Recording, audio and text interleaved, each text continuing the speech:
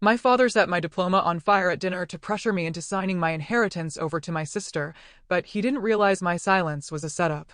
And by the time the flames finally burned out, he had already activated a hidden clause that would cost him millions. My graduation night was supposed to be a celebration, a triumph. Instead, my own father looked me in the eye and burned my diploma to ash. He thought he was breaking me, forcing me to give up everything. But as the flames devoured my name, a cold smile touched my lips. Because I knew a secret, a trap set years ago, and he had just walked right into it. My name is Savannah Hayes, and I was sitting at the head of a long mahogany table in the Gilded Oak, the most expensive restaurant in Copperfield, California. The air conditioning hummed, a low, artificial note that vibrated against my spine, or maybe that was just the tension radiating from my family. To any outsider, we looked like a picture of success: crystal flutes, amber champagne, white lilies, which, ironically, smelled faintly of funerals. My parents, Richard and Lorna, wore smiles stretched tight, reaching their eyes but never quite lighting up their pupils. I took a sip of ice-cold water, shocking my system, keeping me sharp. I needed to be sharp. My father, Richard, adjusted his silk tie for the third time. He was performing. Every time a waiter passed, he'd boom a laugh, or place a possessive hand on my shoulder, playing the benevolent patriarch. He was terrified someone might look closely and see the cracks in our gilded facade. My mother, Lorna, was already managing the optics, angled away from me, beaming at my younger sister, Belle. Belle, 22, 2 years my junior, was absolutely glowing in a sequin dress that cost more than my first car. Her perfect golden ringlets bounced as she laughed, and she was laughing a lot. She acted as if this dinner, explicitly scheduled for my honors graduation, was her personal debutante ball. This space in the city is just perfect.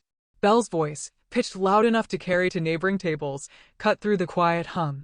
She waved a manicured hand, narrowly missing a wine glass. I told the realtor a north-facing window is non-negotiable. An artist can't work without proper light, right, Daddy? The gallery in New York is practically begging for my portfolio, so I need the Copperfield studio ready by next month. Richard nodded vigorously, slicing into his steak with aggressive precision. Of course, Princess. Artistic integrity is everything. We can't have you painting in the dark. I looked down at my plate. My roasted chicken lay untouched. The silence from my end was a physical weight, a heavy blanket nobody wanted to acknowledge. I was the reason we were here, yet I felt like a ghost haunting my own party. Then, Aunt June, sitting 3 seats down, leaned forward. She was the only one who had looked me in the eye all evening. So, Savannah, she said, her voice cutting through Belle's monologue about color theory. Tell us again about the position at ArcLight Metrics. It's a data analyst role, correct? That's a massive achievement. They recruit less than 1% of applicants. I opened my mouth, a momentary flicker of pride, but my mother was faster. Lorna laughed. A tinkling, dismissive sound, like glass breaking. Oh, June, you know how dry that technical stuff is? Lorna waved a hand as if shooing away a fly. Savannah's always been good with numbers, sure. It's safe work, stable. But let's be honest, sitting in a cubicle staring at spreadsheets is hardly news, is it? Now, Belle, she beamed, is out there sacrificing for culture. She's putting her soul on the canvas. That's the real bravery. I shut my mouth, the words dying in my throat. Unsaid. My mother wasn't looking at me, she was beaming at Belle, her eyes shining with a vicarious hunger. For 24 years, I had been the steady one, the quiet one, the one who fixed things, solved problems, and earned scholarships so they wouldn't spend a dime on my tuition. And for 24 years, I had been invisible. Belle preened under the praise. Thanks, Mom. It's hard, you know? People think art is just fun, but it's emotionally draining. I need so much support right now. And you'll have it, Richard said firmly. Waiters arrived to clear the main course. The clatter of porcelain against metal filled the lull. I watched the busboy scrape the remnants of my father's steak into a bin. I felt a strange kinship with the scraps. Then dessert menus arrived, but Richard didn't pick his up. Instead, he reached down to the leather briefcase against his chair. The sound of the zipper opening was sharp, like a zipper on a body bag. The conversation at the table died instantly. Even Belle stopped talking about her imaginary gallery. Richard pulled out a folder. Dark blue, thick, ominous. He placed it on the white tablecloth directly in front of me. It landed with a heavy, muted thud. The restaurant noise seemed to fade into a distant hum. My heart rate slowed. I knew this folder. I'd never seen it, but I knew exactly what it represented. What is this? I asked, my voice steady. I was proud of that. Richard clasped his hands on the table, looking like a banker about to foreclose on a widow's home, but his voice dripped with faux paternal concern. Just some small paperwork, Savannah. We thought tonight, with everyone together, would be the perfect time to settle the future. The future? I repeated. Your grandfather's estate, Lorna chimed in, her voice tight. She picked up her wine glass, but didn't drink. Now that you have this fancy job at ArcLight, you're set. You're stable. You have a salary, benefits, a 401k. You're fine. Richard tapped the blue folder with his index finger. Belle doesn't have that security. She's chasing a dream. It's a precarious path. As a family, we need to balance the scales. I reached out and flipped open the cover. Thick, cream-colored bond paper, legal, official. My eyes scanned the dense paragraphs of legalese, irrevocable transfer, beneficiary rights, relinquishment of claim. Sticky notes with bright yellow arrows pointed to signature lines. They had already filled in my name. They had already notarized their portions. All that was missing was my consent. They wanted me to sign over my entire share of grandfather Edward's inheritance. The shares, the stocks, the lake house, the control of his patents, everything. You want me to give it all to her, I stated, not a question. We want you to do what's right, Richard corrected, his voice dropping an octave, becoming harder.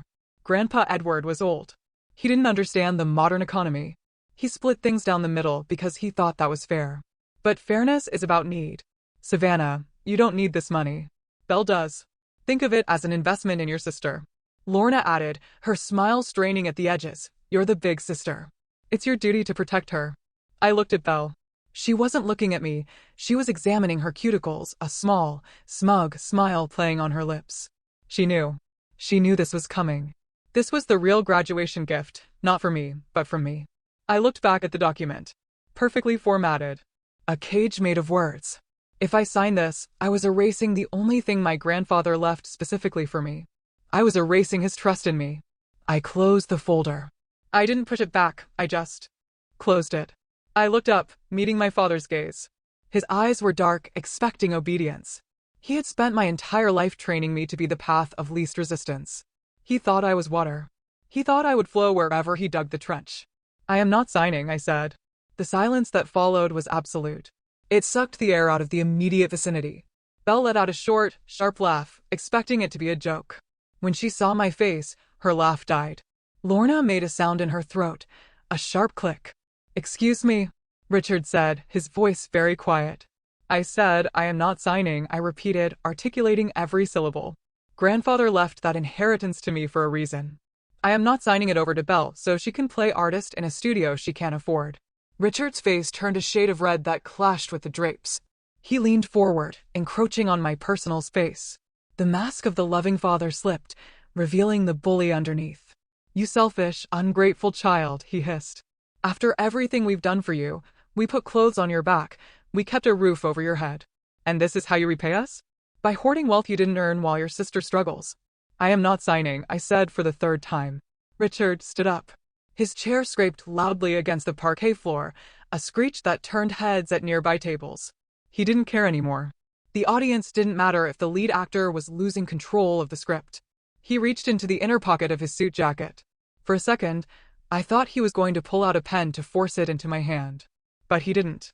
He pulled out a long, leather envelope, my diploma holder. The one I was handed on stage 4 hours ago. The tangible proof of 4 years of sleepless nights, double shifts at the library, grueling exams. He pulled the parchment out of the leather sleeve. It was heavy, cream-colored, embossed with the gold seal of the university. My name, Savannah Hayes, was printed in elegant black calligraphy in the center. You think this piece of paper makes you special? Richard said, his voice shaking with rage.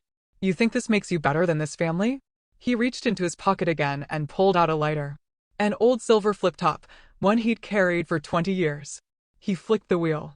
A tall, blue-orange flame sprang to life, dancing in the conditioned air. Richard, sit down, Aunt June said, her voice trembling. He ignored her. He held my diploma up high, like a priest offering a sacrifice. The restaurant was silent now. People were watching. Waiters were frozen in the aisles. If you really loved this family, Richard announced, his voice projecting to the back of the room, you would sign everything over to your sister. You would know your place. He lowered the corner of my diploma to the flame. It caught instantly. The dry, heavy paper was eager to burn. The fire licked up the side, curling the edges, turning the cream into black carbon. The gold seal blistered and bubbled. I sat perfectly still. I didn't blink. I didn't gasp. Lorna put a hand over her mouth, but she didn't stop him. Belle watched with wide eyes, looking between the fire and me, waiting for me to break. They wanted me to scream. They wanted me to cry. They wanted me to beg him to stop, to promise them anything just to save this symbol of my achievement. The fire ate my name. Savannah turned to ash and floated down onto the pristine white tablecloth, leaving a streak of gray soot. Haze followed a second later. The heat radiated toward my face, but I felt colder than I had ever felt in my life. Richard held onto the paper until the flames were dangerously close to his fingertips. Then he dropped the burning remnants onto his bread plate. He stared at me, breathing hard, challenging me. He thought he had won. He thought he had stripped me of my pride, broken my spirit by destroying the proof of my competence. He waited for the tears. Instead, I felt the corners of my lips twitching upward. I was smiling. A small, cold thing, but it was there. I looked at the pile of ash smoldering on the china. I looked at my father, his face twisted in a mixture of triumph and confusion. I looked at my mother, already preparing her victim narrative. I looked at Belle, who looked disappointed that I wasn't sobbing. They thought this was a negotiation. They thought this was a power move. I stared straight into Richard's eyes, and in my own mind, I whispered, loud and clear, ringing like a bell, "You have no idea what you have just done. Most people assume silence is a void, a lack of something. They think it signifies an absence of thought, or worse, an absence of spine." But sitting there, watching the last wisp of smoke curl up from the charred remains of my diploma, I was reminded of the one person who taught me that silence is actually a heavy, tangible thing.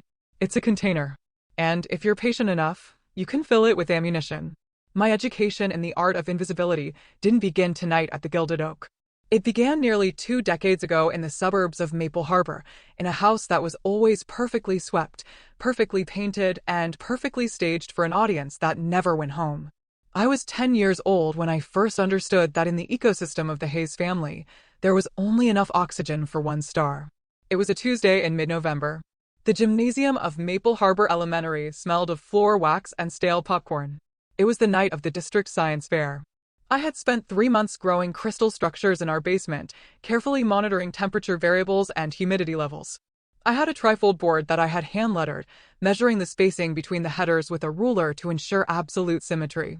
I stood next to my display for 2 hours, hands clasped behind my back, explaining nucleation to judges who looked surprised a 5th grader knew the word. When the principal announced my name as the first-place winner, the applause was polite. I walked up the wooden stairs of the stage, accepted the blue ribbon, and looked out into the sea of folding chairs. I was looking for my parents. I was looking for Richard's broad shoulders or Lorna's meticulously coiffed hair. I scanned the first row, then the second, then the back, where the late parents usually stood. They weren't there.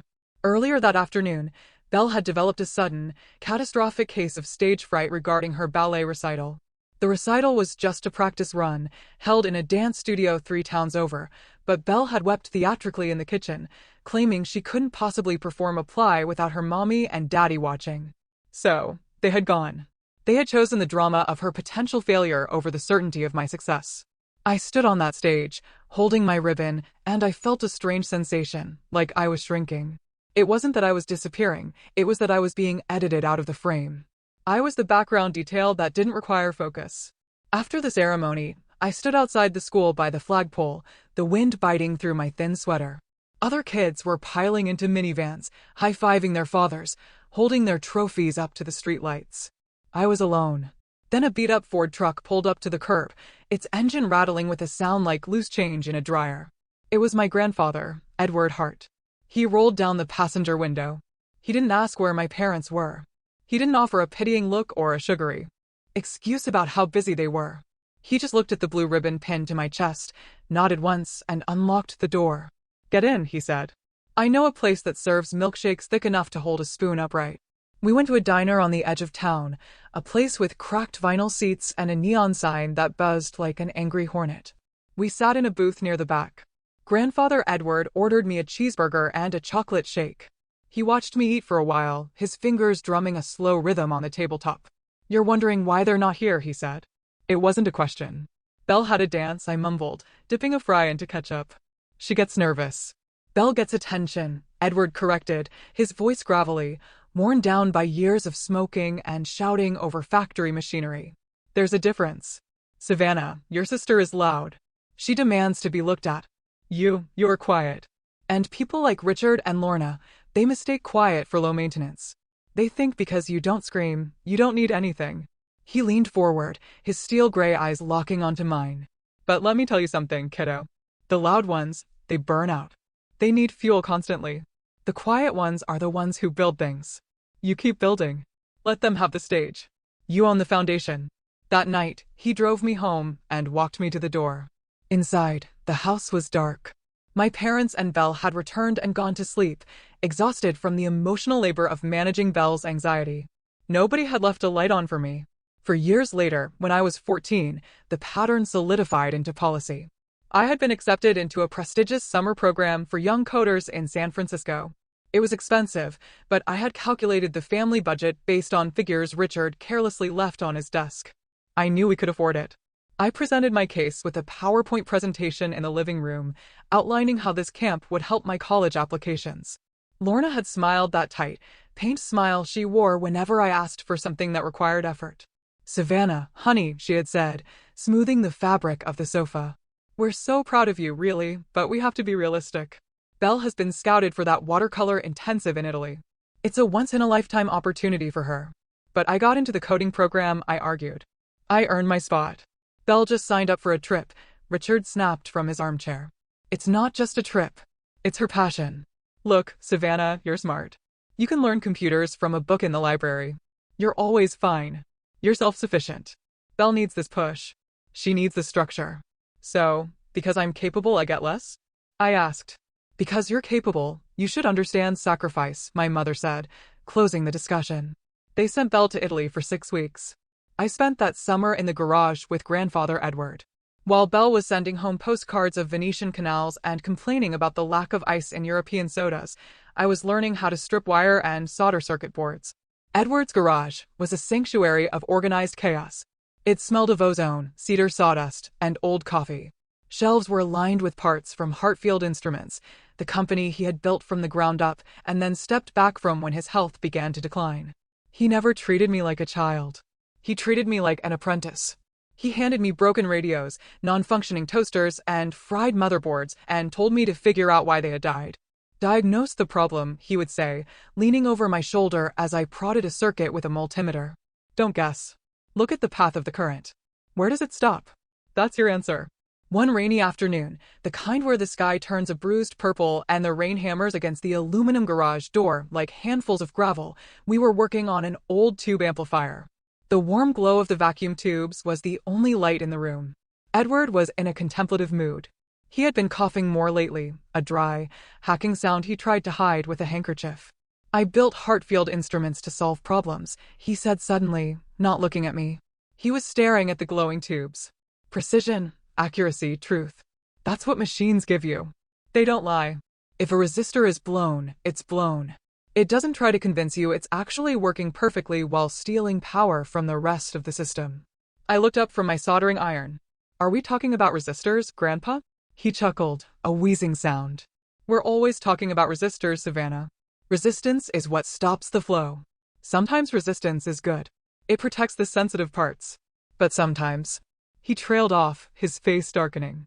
He picked up a screwdriver and turned it over in his calloused hands. I've worked 40 years to build something of value. Real value. Not the kind of value your father talks about at the country club. Not the kind of value your mother tries to wear on her wrist. He looked at me then, his expression so intense it made me pause. I won't let it fall into the hands of people who only want it so they can brag about it on a Christmas card. I won't let them strip it for parts to fund a lifestyle they didn't earn. Dad works hard, I said, repeating the line I had been fed since birth. Your father works hard at looking like he works hard, Edward said sharply. There's a difference. He wants the control, but he hates the responsibility. And your mother, she just wants everyone to envy her. That's a dangerous combination, Savannah. Hunger for status and fear of work. He reached out and tapped the side of my head with his knuckle. Some things have to be protected. Sometimes you have to protect things from your own family. And the only way to do that is to make sure you're the one holding the schematic. I don't understand, I said. You will, he promised. Just remember this. Silence is not just about staying quiet. It's about listening when everyone else is too busy talking to hear the floorboards creaking under their feet. Midway subscribe line. Asterisk, by the way, if you're still with me and hanging on every word of this wild ride, make sure to hit that subscribe button. More unbelievable stories and moments of truth are coming your way. Asterisk, I bring myself back to the present, to the sterile air of the gilded oak. The memory fades, but the lesson remains sharp as a scalpel. I look around the table. Nothing has changed since I was 10. Nothing has changed since I was 14. Belle is taking a selfie with her wine glass, angling her face to catch the light, oblivious to the charred pile of paper a foot away from her. She's still the star of the show, demanding that the universe rearrange itself to provide her with better lighting. Lorna is whispering furiously to Richard, likely strategizing how to spin this incident to the relatives. I can see her lips moving, forming words like stress and overworked and breakdown. She's already writing the script where I am the unstable daughter who ruined a lovely evening, and they're the saintly parents who just wanted to help. And Richard, my father, is staring at me, a vein throbbing in his temple. He looks shocked. He genuinely cannot comprehend why his intimidation tactic didn't result in immediate submission. He has spent 24 years treating me like a vending machine. He inputs the bare minimum of parenting, and I output good grades, obedience, and no drama. He kicked the machine, and instead of giving him what he wanted, the machine just swallowed his coin. I look at the empty space on the table where my diploma used to be. For years, I felt hurt by their neglect. I felt the sting of being the second choice, the backup plan, the invisible child. I spent nights crying into my pillow, wondering why I wasn't enough, why my achievements were invisible ink while Belle's were neon signs. But sitting here now, I realize that Grandfather Edward was right. Their neglect was a gift. Because they were so busy looking at Belle, they never looked at me. Because they were so busy curating their image, they never checked the foundation of the house they were living in. Because they dismissed me as the quiet one, the safe one, the one who would always be fine, they never bothered to learn what I was actually capable of. They never saw me watching. They never saw me learning. They never saw me gathering the data. I have spent my entire life in the margins of their story. And from the margins, you get a very clear view of the cracks in the spine. Richard clears his throat, breaking the standoff. Savannah, he says, his voice attempting to regain that command tone. We are a family. Families make sacrifices for each other. That is what the word means. I look at him. Really look at him. I see the fear behind his eyes. He is not asking for family. He is asking for a bailout. I hear the word family come out of his mouth, and it sounds hollow. It sounds like a blown resistor. It sounds like a lie that has been repeated so many times the speaker has forgotten the truth. And for the first time in my life, I don't feel the urge to fix it. I don't feel the urge to patch the circuit and keep the current flowing. I lean back in my chair, crossing my arms over my chest. I have the silence of the garage in my bones. I have the patience of a girl who waited hours for parents who never showed up. I know something they don't. The definition of family is about to change, and they are not going to like the new translation. The summer I turned 18, the air in Maple Harbor was thick enough to chew. It was a humid, suffocating August, the kind that sticks your shirt to your back the moment you step outside. My parents were busy orchestrating the logistics of Belle's upcoming enrollment in a private arts high school, a venture that required an endless parade of tuition checks, portfolio reviews, and frantic discussions about which dance leotards were currently in vogue. I was preparing to leave for the state university on a partial scholarship, packing my life into cardboard boxes I had scavenged from the back of a grocery store. In the middle of this domestic chaos, Grandfather Edward showed up at the front door. He didn't come inside. He just leaned against the doorframe, looking past my mother's shoulder as she argued on the phone with a registrar, and caught my eye. He tapped his wrist, a silent signal we had established years ago. Get your shoes, Savannah, he said. We have an appointment. I assumed we were going to the hardware store, or perhaps to the scrapyard to hunt for copper wire. Instead, we drove 40 minutes south to Harborview, a district that smelled of salt water and old money. We pulled up not to a warehouse, but to a nondescript brick building with a modest brass plaque next to the door, Vega Associates, Estate Planning and Elder Law. The interior was cool and smelled of lemon polish and dust. There was no marble lobby, no intimidating receptionist with a headset, just a narrow hallway lined with filing cabinets that seemed to be holding up the ceiling. At the end of the hall, A woman stood up from behind a desk buried under mountains of paperwork. This was Corin Vega. She was in her 50s, with steel gray haircut in a sharp bob and glasses perched on the end of a nose that looked like it had been broken once and set with determination. Her eyes were dark and assessed me with terrifying speed, cataloging my posture, my cheap sneakers, and the nervous way I was twisting the strap of my bag. "So, this is the trustee," Corin said. Her voice was like dry paper, crisp and professional. She didn't smile, but her expression wasn't unkind. It was focused. "This is Savannah," Edward corrected gently. "Have a seat, kiddo." I sat in a leather chair that crunched under my weight. "Grandpa, why are we here? Is something wrong? Are you sick?" "I'm old," Edward said, waving a hand dismissively. "Being old is a terminal condition. But we're not here to talk about my health. We're here to talk about what happens when my health runs out." Corin opened a thick file folder. The sound of the heavy paper turning was loud in the small room. She slid a document across the mahogany desk toward me. The header read, "The Edward Hart Revocable Living Trust." "I'm not writing a traditional will, Savannah," Edward said, his voice dropping to a conspiratorial rumble. "Wills are public record. Wills are messy. Wills are an invitation for every vulture in the family to pick the bones clean in probate court. I'm putting everything, the company shares, the patents, the lake house, the investment accounts, into a trust." I stared at the document. I had taken an introductory economics class in high school, so I knew the vocabulary, but seeing it applied to my own family felt surreal. "Okay," I said slowly. "So, you're protecting the assets. That makes sense." "It's more than protection," Corin said. She pulled a pen from behind her ear and pointed to a paragraph on the third page. "A trust needs a trustee. Someone to manage the assets, someone to decide when and how the money is distributed to the beneficiaries." "Your father expects to be that person," Edward said. "He thinks it's his birthright.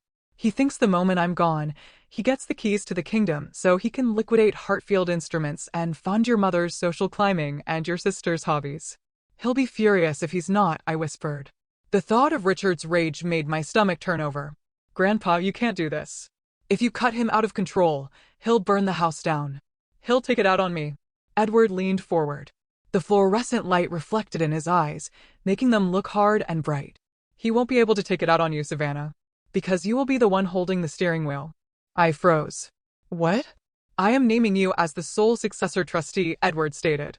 He said it calmly, as if he were asking me to pass the salt. "Upon my death or incapacitation, you take full legal control of the entire estate. Not your father. Not your mother. You." I pushed the paper away, shaking my head. Panic rose in my throat, tasting like bile. No, I can't do that. I'm 18. They're my parents. They will destroy me. Grandpa, you don't know what it's like living with them when they don't get what they want. They'll guilt me. They'll scream at me. They'll make my life a living hell until I sign it over to them." The room went silent. Corin watched me, her pen hovering over her notepad. Edward reached across the desk and covered my hand with his. His skin was dry and cool, his grip surprisingly strong. "Savannah, look at me." I looked up, blinking back tears of sheer terror. "You're worried about them being angry," he said softly. "You're worried about preserving the peace. But let me ask you a question, and I want you to answer it honestly. When have they ever cared if you were okay? When have they ever sacrificed one single comfort to make sure you were safe?"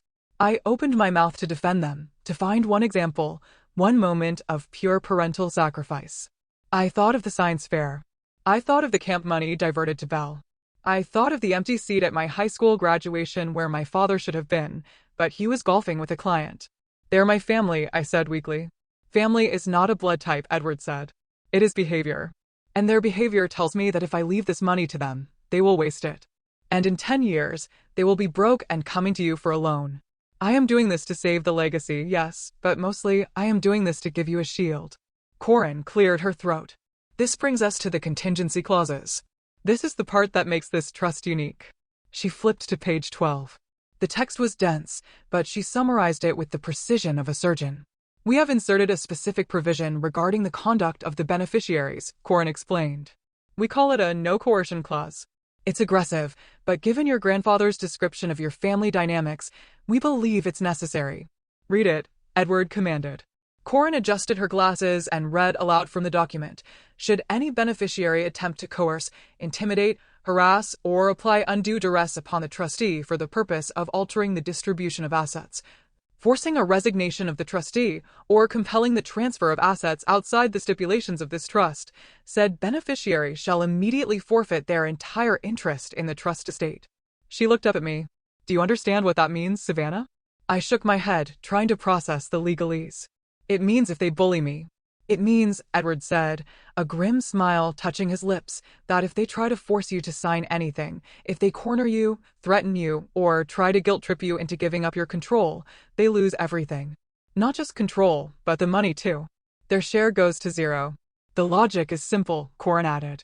The trust assumes that if a beneficiary is attacking the trustee, they are acting against the interests of the trust. Therefore, they remove themselves from the pool of beneficiaries. It's a self-cleaning mechanism. But how do we prove it? I asked. They're smart. They'll do it in private. They'll do it behind closed doors. Then you document it, Corin said. You keep the emails. You keep the voicemails. And if they ever put a piece of paper in front of you and demand a signature, you refuse. If they push, they trigger the trap.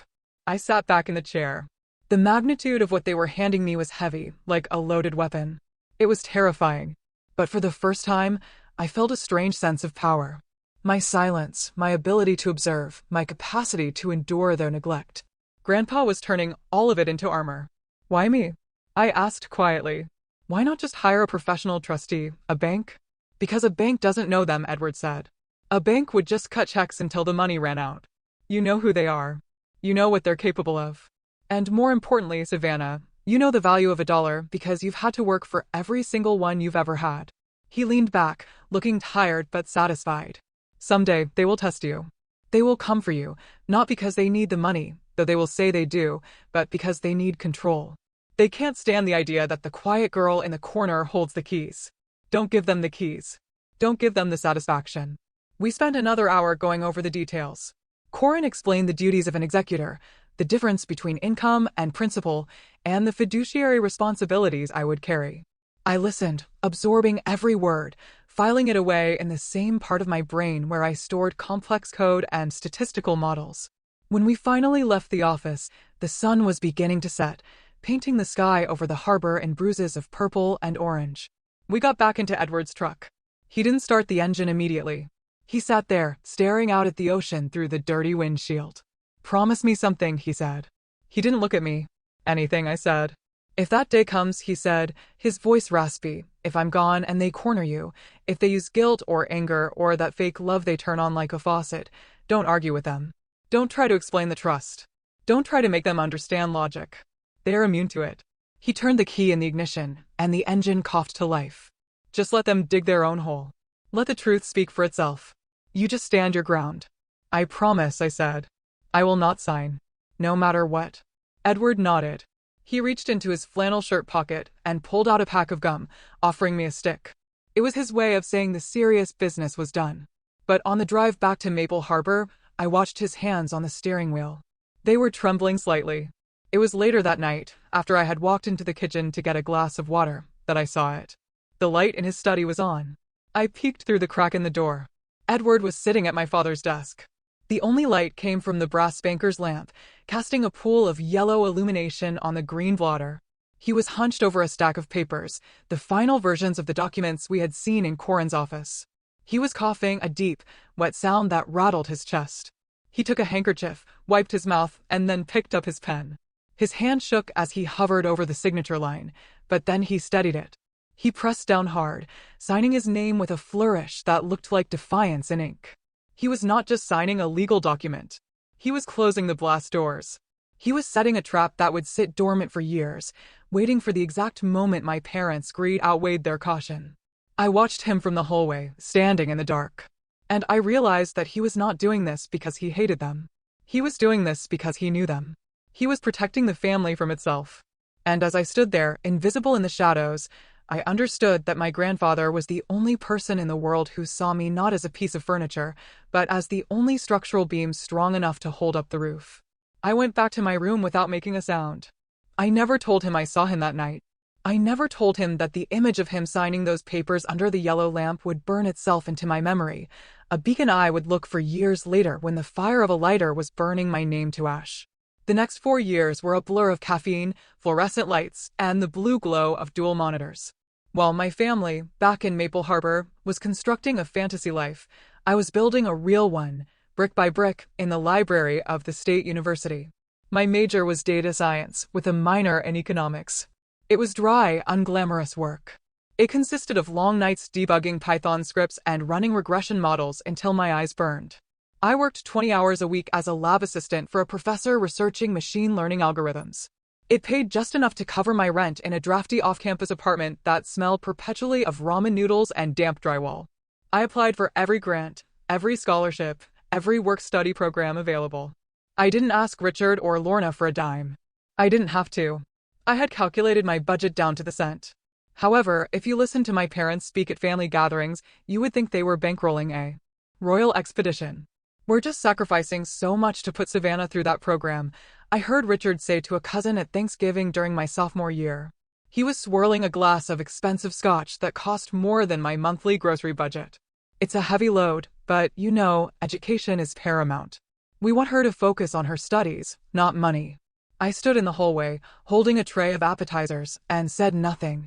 I had just transferred $200 from my savings to pay for my own textbooks because Richard had forgotten to send the $50 he had promised for my birthday. While I was learning the architecture of databases, Belle was learning the architecture of spending other people's money. She didn't go to college. She went on a journey of artistic discovery. This involved a 6-month photography course in sunny San Diego, followed by a watercolor retreat in the south of France because she felt her muse was stifled in California. An email from Lorna Hayes, subject, Belle's Europe trip. Date, October 14th. Savannah, honey, just wanted to let you know we might be a little tight on the Christmas budget this year. We had to wire Belle an extra €3,000 for accommodation in Provence. The villa she found is just perfect for her light, and you know how sensitive she is to her environment. Since you have that little job at the university, I'm sure you can manage your own train ticket home, right? You're so independent. We're so proud of how you don't need us. I read that email in the computer lab at 2 in the morning. You don't need us. It wasn't a compliment. It was an excuse. They had categorized me as a low-maintenance appliance that runs forever without servicing, allowing them to funnel all their resources into the high-maintenance luxury vehicle that was my sister. Then came the winter of my junior year. The call came at 4 in the morning. Grandfather Edward had passed away in his sleep. The funeral was efficient. That's the kindest word I can use. Richard organized a service that was less about honoring Edward's life and more about getting it over with. There were lilies, a short eulogy where Richard spoke mostly about his own childhood, a reception where the coffee was lukewarm. I stood by the grave, feeling a hollowness in my chest that had nothing to do with the cold wind. I had lost the only person who spoke my language. But I didn't cry. Edward hated public displays of emotion. Grief is private, he used to say. Don't perform it for people who didn't know the deceased. So I stood straight, hands clasped, and watched my family. They were sad, I suppose. But beneath the sadness, there was a buzzing energy. It was the frantic, hungry energy of people waiting for a will reading. The week after the funeral, I was back at the house, helping to sort through some of Edward's old clothes. I was in the hallway, folding a stack of flannel shirts, when I heard voices drifting from the kitchen. It's a simple probate process, Richard was saying, his voice relaxed, confident. I spoke to the guys at the club. Since I'm the only son, and he was a widower, it naturally flows to us. The lake house alone is worth $2 million in this market. We could sell it, pay off the mortgage here, and finally get that studio built for Belle properly. And the company? Lorna asked. Hartfield Instruments runs itself, Richard scoffed. I'll step in as chairman. Obviously. We can probably trim the R&D budget. Edward was always wasting money on innovation. We can squeeze a lot more profit out of it if we streamline. I froze, clutching a plaid shirt to my chest. They were already carving up the carcass. They had no idea that the meat was already gone. I waited for them to mention me. I waited for one sentence, like, we should see if Savannah wants anything of Grandpa's. It never came. 2 days later, I was back at university when a notification popped up on my phone from Corin Vega. Subject, Trust Update. Date, February 12th. Dear Miss Hayes, I am writing to confirm that the trust protocols have been activated upon the passing of Mr. Hart. As discussed, all major assets, including Hartfield Instruments and the real estate portfolio, have been successfully titled into the trust. You are now the acting trustee. Currently, no action is required from you. The family has not yet formally requested access to the funds, as they are under the impression that standard probate is pending. I will handle the initial inquiries. Remember your promise. Silence is your shield. Regards, Corin. I stared at the screen. It was real. I owned it all. The lake house they were planning to sell? Mine. The company Richard wanted to gut? Mine. I closed the laptop and went to class. I felt like I was carrying a grenade in my backpack, but the pin was still securely in place. As graduation approached, the pressure began to mount. It was subtle at first, masked as parental advice. Message from Lorna. Heard you got an interview with ArcLight Metrics. That's great, sweetie. Technology is such a safe field. You're so lucky to have a brain for boring stuff like that. Belle is struggling so much with her gallery contacts. The art world is so cruel. It must be nice to have it so easy. Message from Richard. When you get this job, we need to talk about your contributions. Now that you'll be making real money, it's time you learned about supporting the family ecosystem. They were setting the stage. They were building a narrative where my success was a result of luck and boring stability, while Belle's floundering was a tragic result of her genius being misunderstood. Therefore, the logic went, I owed her. The breaking point, or rather, the moment of absolute clarity, came 1 month before graduation. I drove home for a weekend to pick up some winter clothes I had left in storage. The house was empty when I arrived. Lorna was at a spa day, Richard was golfing, Belle was presumably networking at a brunch. I walked into the kitchen to get a glass of water. Lying on the center island, right next to the fruit bowl, was a yellow legal pad. It was covered in Richard's sprawling, aggressive handwriting. It was a draft, a plan for the division of assets. I knew I shouldn't look, but I did. I leaned over the counter, my heart hammering a slow, heavy rhythm against my ribs. Draft 4, Estate Allocation, Lake House, Transfer to Belle, Needs Quiet for Studio/Residence, Hartfield Shares, Richard, Control, Income, Cash Reserves, 80% to Renovation Fund, Belle's Launch, 20% to General Savings. Asterisk Savannah, she is ArcLight Job plus Benefits. Does not need capital. Maybe Grandma's Jewelry. Asterisk. I stared at the question mark next to my name. It wasn't even a 0. It was a question mark, as if my inheritance was a problem to be solved, a variable that needed to be eliminated to make the equation work for everyone else. Maybe Grandma's Jewelry? I felt a cold laugh bubbling up in my throat. Grandma's Jewelry had been sold 10 years ago to pay for a country club membership. They didn't even remember. I took my phone out. My hand was shaking, not from fear, but from a sudden, icy rage. I snapped a picture of the notepad. Then I took a picture of the date on the wall calendar to prove when I had seen it. I went upstairs to my old room. It was already being colonized. Belle had stored stacks of canvases in the corner. My bookshelf had been cleared off to make room for her drying racks. I sat on the edge of my bed and opened my laptop. I created a new folder on my encrypted drive. I named it Evidence. I uploaded the photos of the notepad. Then I went back through 4 years of emails. I saved the email where Lorna refused to help with my textbooks. I saved the email where Richard lied about paying my tuition. I saved the email where they asked me to co-sign a loan for Belle's car, which I had refused. I wasn't building a case for court, not yet. I was building a case for my own conscience. I knew that when the explosion finally happened, they would try to gaslight me. They would tell me I was crazy, that I was imagining their favoritism, that they loved us exactly the same. I needed the data. Data does not lie. Data does not forget. Just as I was about to close the laptop, my phone pinged. A text from Belle. Message from Belle. Hey sis, Mom said you're coming home for grad dinner next month. Can't wait. By the way, when Grandpa's house is finally ours, I'm turning your old room there into my painting loft. The light is better in that corner. You don't mind, right? You're never there anyway.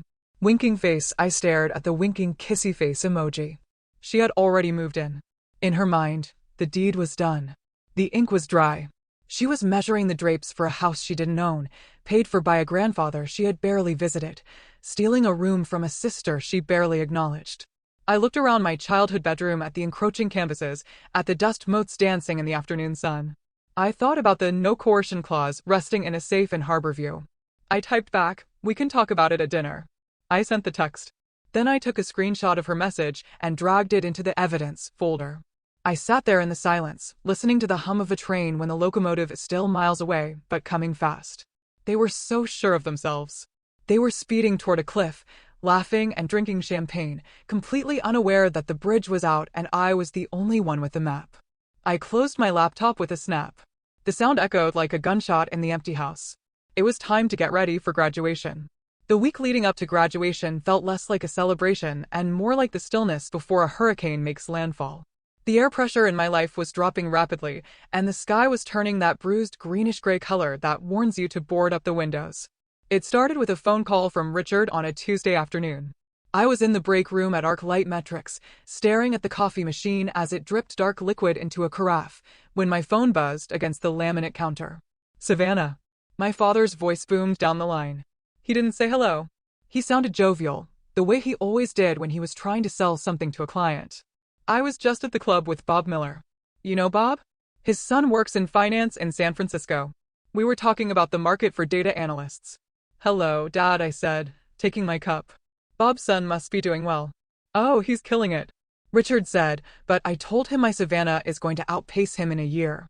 "Listen, I was looking over the offer letter you mentioned last month. Did you say the starting base was $85,000? I paused. I had never given him the exact number. I had said it was competitive. He had been digging. "It's around there," I said cautiously. "And the stock options?" he pressed. "They vest over 4 years, right? But the initial grant is significant, plus the signing bonus and the full medical coverage. That's a package worth, what, $120,000 a year effectively, maybe more." "I'm very lucky to have found a good position," I said, keeping my voice neutral. "It's not luck, it's stability," Richard corrected. "That's what I told your mother." I said, "Savannah is set. She's locked in. She doesn't have to worry about rent or bills or where her next meal is coming from.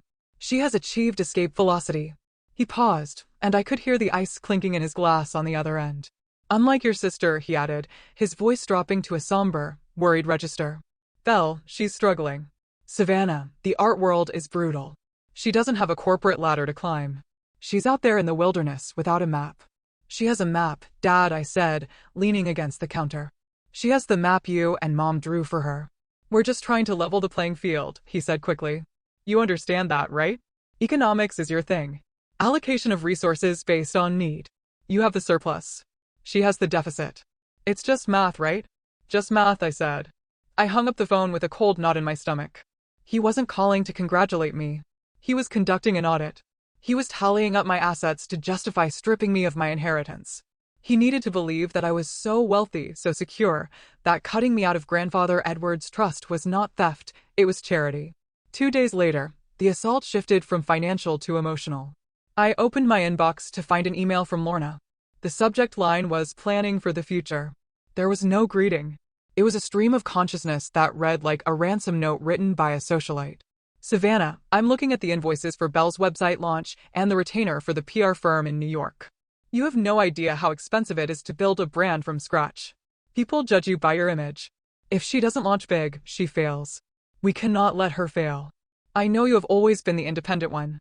You get that from me. But independence comes with a price. Sometimes being strong means you have to step back and let the weaker ones have the support. Grandfather Edward always said he wanted this family to be taken care of. He didn't mean just one person. He meant the legacy.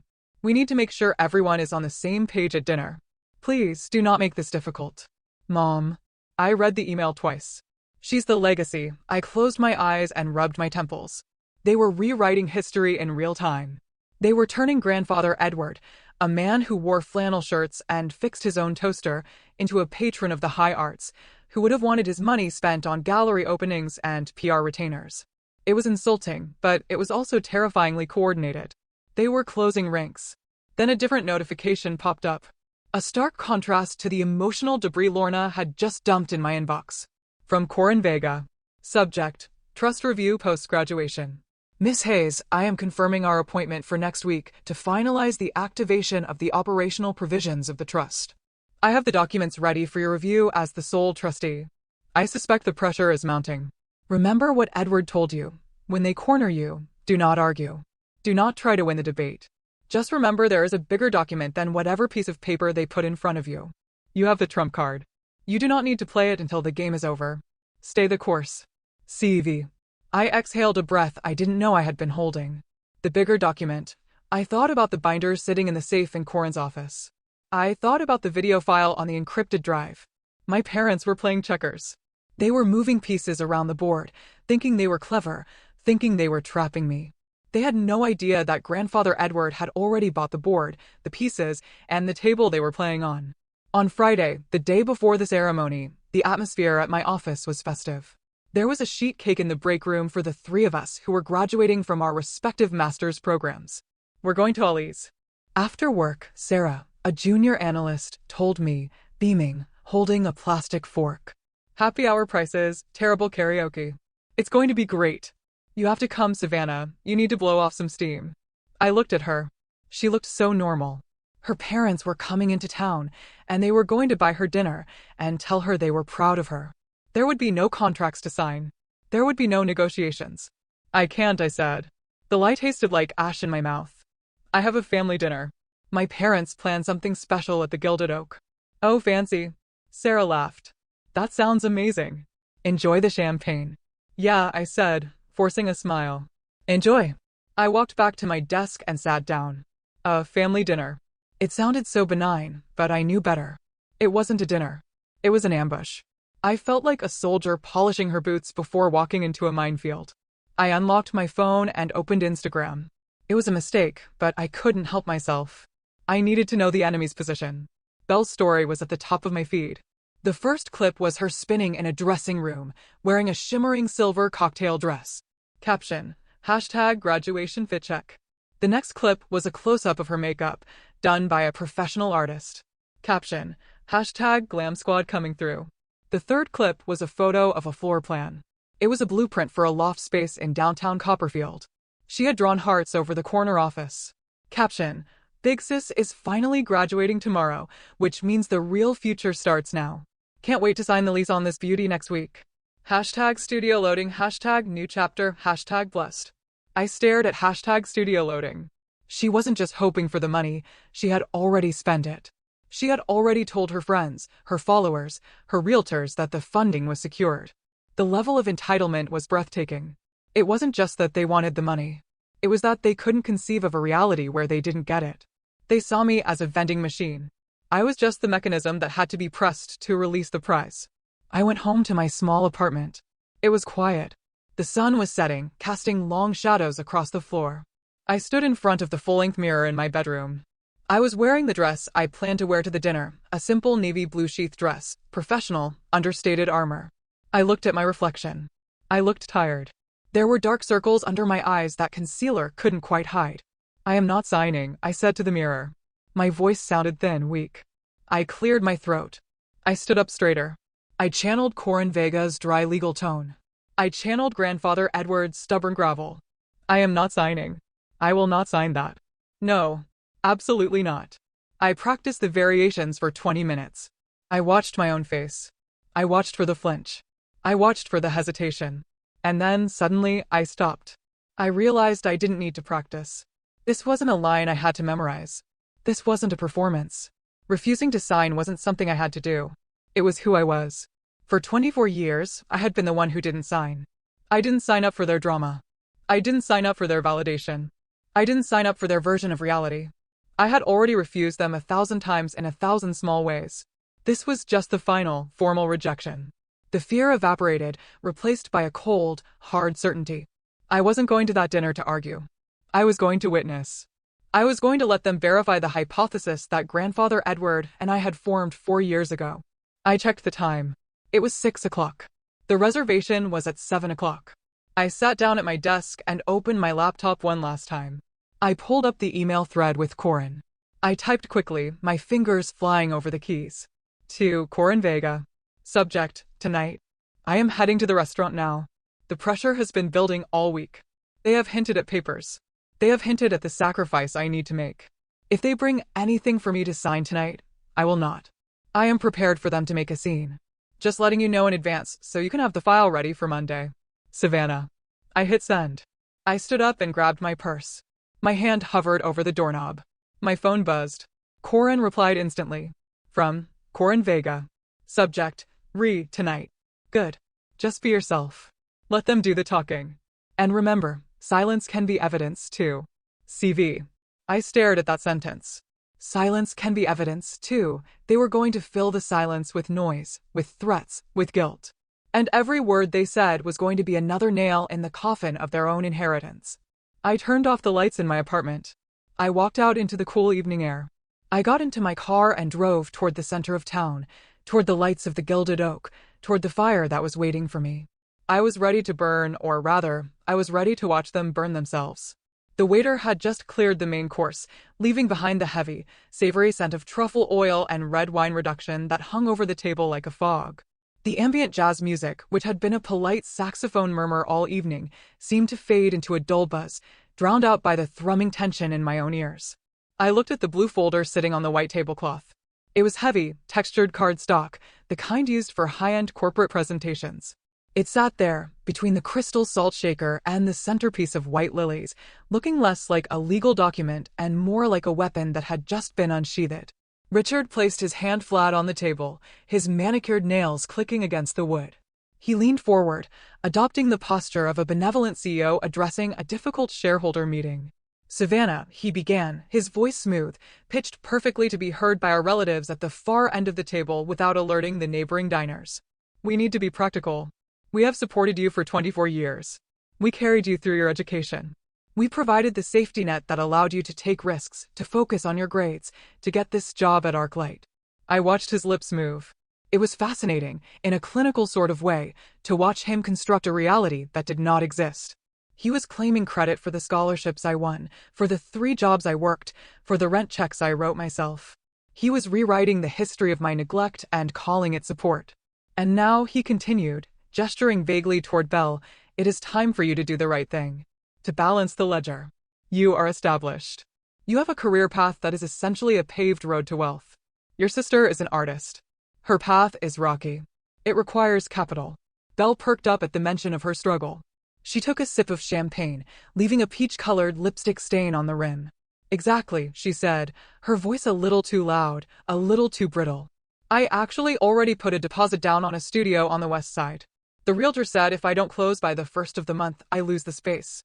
I told him it was fine because the family details were being sorted out tonight." I looked at her. "You put a deposit down? With what money?" "With a credit card Daddy gave me," she said, rolling her eyes as if I were simple. "But the down payment is due next week. And obviously, I can't pay that with a credit card. It needs to come from the trust. Grandpa promised me that space. Well, he didn't say the specific address, but he always said he wanted me to have a place to create." "He wanted you to create," I said softly. "He never said he wanted to buy you a loft in the most expensive district in the city." Lorna set her wine glass down with a sharp clink. She smoothed the front of her dress, a nervous tic she had whenever the conversation veered away from her control. "Oh, stop it, Savannah. Don't be petty. You've never cared about the lake house. You hate the outdoors. And let's be honest, you don't exactly have the presence to manage the Hartfield estate. That company needs a face. It needs style. You are very good in the background, sweetie. But Belle shines. She can represent this family in a way you just cannot." The insult was delivered with a smile, wrapped in a backhanded compliment about my background skills. It was a masterclass in maternal cruelty. I reached out and opened the folder again. I ignored the sticky notes with the sign here arrows. I looked at the header of the document, drafted by Sterling Pute and Associates. I felt a cold chill run down my spine. This was not Corin Vega's letterhead. This was not the firm grandfather Edward had used for 40 years. They had gone to a new lawyer. They had drafted a completely new transfer agreement, likely telling this new firm that I was fully on board and that this was just a formality to consolidate assets. They were trying to bypass the trust's internal structure by getting me to voluntarily abdicate my position before I even officially assumed it. If I signed this, I would not just be giving them the money, I would be validating their narrative. I would be agreeing that I was incompetent, that I was secondary, and that my grandfather's wishes were irrelevant. I looked up. Richard was watching me with expectant eyes, a pen already halfway out of his pocket. Lorna was checking her reflection in a spoon. Belle was texting under the table. They were so sure. They were so absolutely certain that I would fold. I closed the folder. The sound was soft, a mere whisper of air, but it felt like a gavel coming down. I placed my hand on top of the blue cover and pushed it gently back across the tablecloth toward my father. "I am not signing," I said. The chatter at the far end of the table stopped. Aunt June froze, a fork full of cake halfway to her mouth. Richard stared at the folder as if it were a grenade I had just tossed back at him. Excuse me. I am not signing, I repeated, my voice steady, stripped of all emotion. Not tonight. Not next week. Not ever. Savannah. Lorna hissed, her smile vanishing. Don't make a scene. We have guests. I am not the one making a scene, I said. I am simply declining a business proposal. This document was drafted by a firm I do not know, attempting to transfer assets that are governed by a trust you have not read to a beneficiary who has already spent money she does not have. The answer is no. Richard's face flushed a deep, ugly crimson. The vein in his forehead began to pulse. He was not used to being told no. He was certainly not used to being told no by the daughter he had spent 2 decades ignoring. You listen to me, he growled, leaning in so close I could smell the scotch on his breath. You think you are so smart with your degree and your little job. You are nothing without this family. You are ungrateful. We fed you. We clothed you. And now you want to steal your sister's future because you're jealous. I am not jealous, I said. I am responsible. Grandpa named me trustee because he knew I would not let you liquidate his life's work to buy status. He was senile. Richard shouted. He didn't care about the other diners anymore. He was an old man who was manipulated by a bitter child. You poisoned him against us. Richard. Aunt June called out, looking terrified. But Richard was past the point of return. He stood up, his chair scraping violently against the floor. He needed to hurt me. He needed to take something from me to balance the humiliation I had just dealt him. He reached for the leather envelope on the table. My diploma. You think this makes you special? He spat, grabbing the heavy parchment I had been so proud to hold just hours ago. You think this piece of paper gives you the right to look down on us? He pulled the lighter from his pocket. The metallic clink of the lid opening was sharp and clear in the sudden silence of the restaurant. If you don't respect this family, he announced, his voice booming, then you don't deserve anything this family paid for. He flicked the wheel. The flame jumped up, blue at the base, orange at the tip. He held the corner of my diploma to the fire. I watched, mesmerized. The paper didn't catch immediately. It was high quality, dense archival stock. It resisted for a second, browning and blistering before a bright yellow flame finally took hold. Smoke curled up, acrid and dark. It smelled of burning cotton and ink. Sign the papers, Savannah. Lorna cried out, though she didn't move to stop him. Just sign them and he'll stop. Sign it. Richard yelled, waving the burning document like a torch. Show us your haze. I sat perfectly still. I watched the fire eat the gold seal of the university. I watched the calligraphy of my name turn into black, flaky ash. And in that moment, I felt nothing. I expected to feel grief. I expected to feel violated. But as I watched the ash drift down onto the pristine white tablecloth, staining it like dirty snow, I realized the truth. That diploma was just paper. My education was in my brain. My resilience was in my spine. My future was in my hands. He could burn the receipt, but he could not return the merchandise. But more importantly, I realized what he was doing legally. He was coercing me. He was using intimidation, destruction of property, and public humiliation to force me to alter the distribution of the trust assets. He was performing a live demonstration of exactly why Grandfather Edward had inserted the no coercion clause. And he was doing it in front of 20 witnesses. And I noticed, with a quick glance at the ceiling, a security camera mounted in the corner. He held the paper until the heat must have scorched his fingers.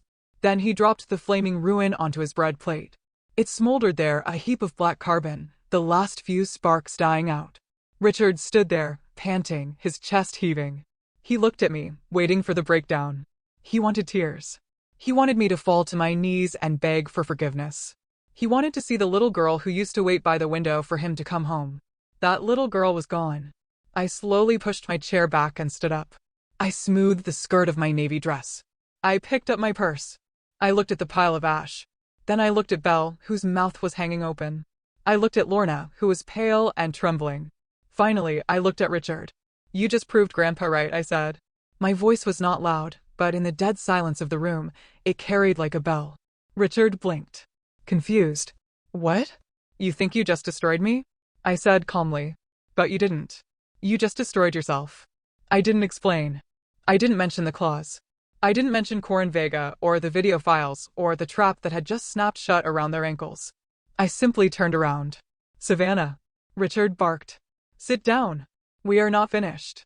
I kept walking. Walk out that door and you are dead to us, he screamed after me. I walked past the stunned hostess. I walked past the table of tourists who were staring with wide eyes. I pushed open the heavy glass doors of the Gilded Oak and stepped out onto the sidewalk. The night air was cool and smelled of the ocean. The streetlights were humming. The world outside was indifferent to the drama inside. I took a deep breath, filling my lungs with clean air. My hands were not shaking. My heart was beating a steady, rhythmic cadence. I did not look back at the restaurant. I did not look back at the family I was leaving behind in the smoke. I walked toward my car, pulled my phone from my purse, and dialed a number I had memorized 4 years ago. Hello. Corin Vega's voice answered on the second ring. It's done, I said. They lit the match. Are you safe? She asked immediately. I'm fine, I said. And for the first time in my life, I truly meant it. I am finally free. I unlocked my car door, got in, and drove away, leaving the ashes of my old life on a dinner plate, waiting for the check to arrive. I woke up to the smell of cinnamon and roasting coffee beans. For a disorienting moment, I didn't know where I was.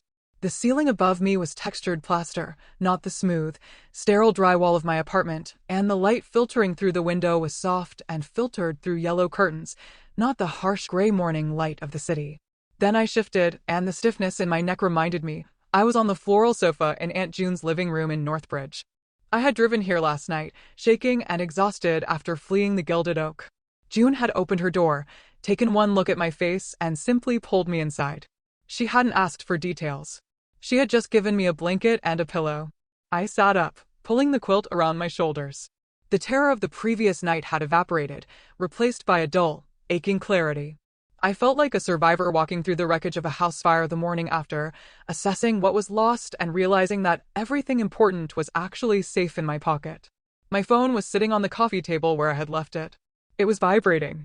It had been vibrating, I suspected, for hours.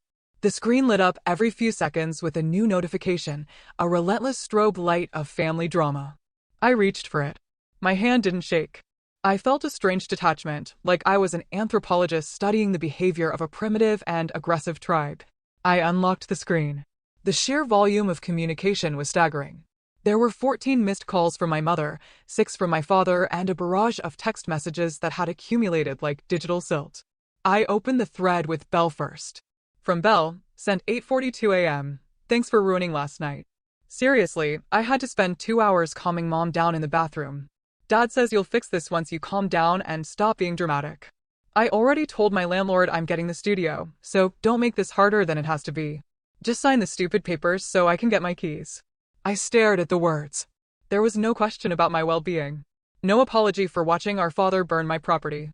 There was only annoyance that I had disrupted her schedule. To Belle, my rebellion was not a moral stand, it was a logistical inconvenience, like a traffic jam or a slow waiter. She lived in a world so thoroughly cushioned by her parents that she genuinely believed my refusal was a temporary glitch. A software error that would be patched out by morning. I swiped away from her message and opened my email. There was a message from Richard, sent at 3 o'clock in the morning. The subject line was simply, reality check. Savannah, I am writing this because I am too angry to speak to you on the phone. Your behavior tonight was appalling. You humiliated us in front of the entire town. But more importantly, you showed a complete lack of understanding regarding how this family operates. I have been up all night tallying the costs we have incurred for you over the last 2 decades. The private tutors, the orthodontics, the laptop for college, the car insurance we covered until you were 22. We have invested hundreds of thousands of dollars into your success. We did that because we thought we were raising a team player. You are acting selfish, cold, and frankly unhinged. I know this is not you. This is the influence of that lawyer your grandfather used. Corin Vega is poisoning you against your own blood. She wants to build the estate for fees, and she is using you to do it. Come to the house on Sunday. We will have the notary there. You will sign the transfer. We will forget this tantrum ever happened, and we will move forward. If you do not, you are choosing money over your parents. Think about that. Dad. I read the email with a dry, humorless smile. He was treating me like a bad investment. He was tallying up the cost of raising a child, food, shelter, healthcare, and presenting it as a loan that was now due. He called me selfish for wanting to keep what was mine, while demanding I give everything to the sister who had never worked a day in her life. The projection was so strong it was almost impressive. Before I could process the email further, the phone rang in my hand. It was Lorna. I hesitated. My thumb hovered over the decline button. But then I realized that avoiding them would look like fear. I was not afraid. I was informed. I slid the bar to answer and put the phone to my ear. I didn't say, "Hello, Savannah." Lorna's voice was wet and thick. She was crying. Or at least she was performing the act of crying. "Oh, thank God. I've been terrified. I didn't know where you went. Why didn't you come home?" "I'm safe," I said. My voice sounded deeper than usual. "I'm staying with Aunt June." "June?" Lorna sniffed. "Well, I suppose that's fine. At least you're with family. Listen, sweetie. We need to resolve this. Your father is in a state. He's just so hurt." "He's hurt?" I asked. "He burned my diploma in a restaurant, Mom. He threatened to disown me if I didn't give him money." "Oh, Savannah, stop it," Lorna said, her voice dropping the weeping effect and shifting into dismissal. "He didn't mean it. You know how he gets. He's passionate. He just wants the best for everyone. It was a heat-of-the-moment thing. A gesture. He would never actually hurt you. He destroyed the only thing I had to show for 4 years of work," I said. "It's just paper." Lorna cried. "We can get you a copy. It costs $50. What matters is the family piece. Look, just come over today. We can have a nice lunch. Dad is sorry, he really is. If you just sign the papers, all of this tension goes away. We can just hit reset. We can forget last night ever happened, like a bad dream. Forget it happened. That was their superpower. They could delete reality and replace it with a version where they were the heroes." I looked out the window at June's small garden. A hummingbird was hovering over a feeder, its wings beating a blur of motion. "Mom," I said, "I have a question." "What is it, honey?" she asked, hearing the calmness in my voice and mistaking it for capitulation. "If I had signed those papers last night," I asked slowly, "would you have stopped him from burning my diploma?" There was silence on the other end of the line. It was a heavy, suffocating silence. I could hear her breathing. I could hear the clock ticking in June's kitchen. If she said yes, she was admitting she had the power to stop him, but chose not to use it until she got paid. If she said no, she was admitting that his rage was uncontrollable, and she was complicit in his abuse. There was no good answer, so she gave me the only answer she had: silence. "That's what I thought," I said. "Savannah, wait." I hung up. I didn't slam the phone down. I just tapped the red button. I sat there for a moment, letting the realization settle in. My mother didn't love me enough to protect me. She only loved me enough to manage me. She was not a victim of my father's temper. She was his PR manager. I stood up and walked to the small dining table where I had set up my laptop. I opened the lid. The screen glowed to life. I opened a new email to Corin Vega. My fingers flew across the keys, typing with a speed fueled by adrenaline. To Corin Vega. Subject: Incident Report, Graduation Dinner. Dear Corin, you were right. They did not wait until next week. Last night at the Gilded Oak, my father presented me with a transfer agreement drafted by a different law firm. It was an attempt to bypass the trust entirely. When I refused to sign, the situation escalated immediately. My father became verbally abusive. He claimed I was ungrateful and unworthy. Then, in front of the entire restaurant, he took my university diploma and set it on fire with a lighter. He stated, "If you do not respect this family, you do not deserve anything this family paid for." I walked out. I did not sign anything. I am currently safe at my aunt's house. Savannah. I hit send. I went to the kitchen to pour myself a cup of coffee. My hands were steady as I lifted the pot. Before I could even add the milk, my laptop pinged. Corin was awake. From Corin Vega. Subject: Incident Report, Graduation Dinner. Savannah. I am sorry you had to go through that, but professionally speaking, you did exactly what you needed to do. You held the line. We will be using the events of last night as primary evidence regarding the no coercion clause. I have already sent a subpoena to the Gilded Oak requesting the security footage from their dining room cameras for the time window of your dinner. Given that it is a high-end establishment, their coverage will be high definition. Do not engage with them further. Do not reply to their emails. Do not answer their calls. Silence is your best strategy now. We meet on Monday to drop the hammer. Stay safe. Corin.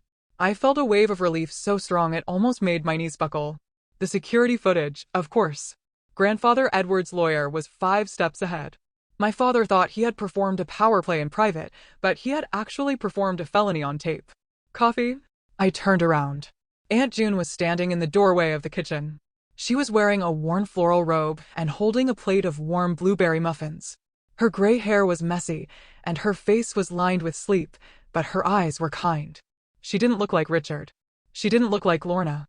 She looked like the sister Edward had always spoken fondly of.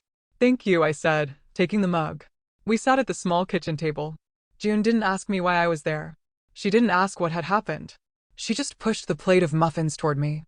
"Eat," she commanded gently. "You look like you haven't eaten a real meal in a week." I took a bite. It tasted like butter and comfort.